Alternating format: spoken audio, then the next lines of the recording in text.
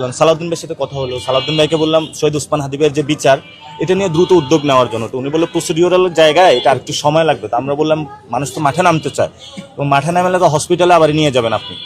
তো উনি বললেন কোনো মব করা যাবে না। আমি বললাম তো বাংলাদেশ ব্যাংকের সামনে যেটা হয়েছে এটা কি হয়েছে? বললো এটা গভর্নর জানে, এটা আমি জানি না। শোনেন, সরকার স্বীকার করে না যে সরকারের অভাব আছে, স্বীকার করে।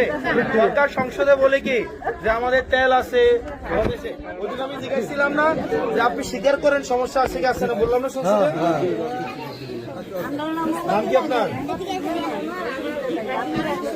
আচ্ছা আচ্ছা, এখন সরকার যেহেতু স্বীকার করে না, কিন্তু সারাদিন কারেন্ট থাকে না, আমরা এই কারণে একটা মোমবাতি করে দিই।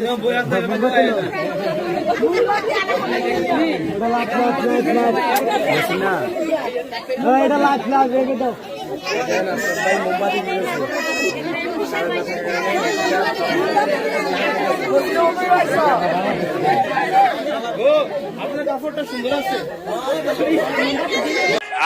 আপনারা মাননীয় সংসদ সদস্য আপনারা বসেন দয়া করে। মাননীয় স্পিকার বসেন দয়া করে, বসেন। মাননীয় স্বরাষ্ট্রমন্ত্রী মাননীয় স্পিকার, আপনার বক্তব্য শেষ করুন। আমি আপনার প্রোটেকশন চাচ্ছি। আপনি বিরোধী দলীয় সদস্যদেরকে ফ্লোর দিবেন, অসুবিধা নাই, কিন্তু লেট মি স্পিক। আমরা যেন আগের কালচারে ফেরত না যাই। আপনি যদি আমাকে সময় না দেন তাহলে আমি বসে যাব, এটাই বিধি। আর যদি আমি আপনার বক্তব্য কন্টিনিউ করেন মাননীয় মন্ত্রী। আমি তো ফর্মুলেট করতেছি মাননীয় স্পিকার।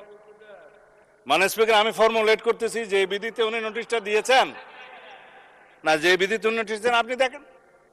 আপনার সামনে তো কিতাব আছে, রুলস আছে, পার্লামেন্টের অফিসার্সরা আছে, সবাইকে দেখেন। আপনি যদি এই বিধিতে 62-তে এই নোটিশটা গ্রহণ করেন তাহলে আপনাকে সংশোধিত আকারে গ্রহণ করতে হবে। প্রশ্ন হচ্ছে, ক্ষমতার পালাবদলের পর আমাদের ডিজিএফআই কেন ভারত ভ্রমণের প্রতি এত গুরুত্ব দেওয়া শুরু করলো? পররাষ্ট্রমন্ত্রী ক্ষমতায় আসার পর প্রথম রাষ্ট্রীয় সফর কেন ভারতে করে? আমাদের ম্যানেজ ভোটের প্রধানমন্ত্রী কেন তার প্রথম রাষ্ট্রীয় সফর ভারতে হবে বলে অলরেডি ঘোষণা দিয়েছেন?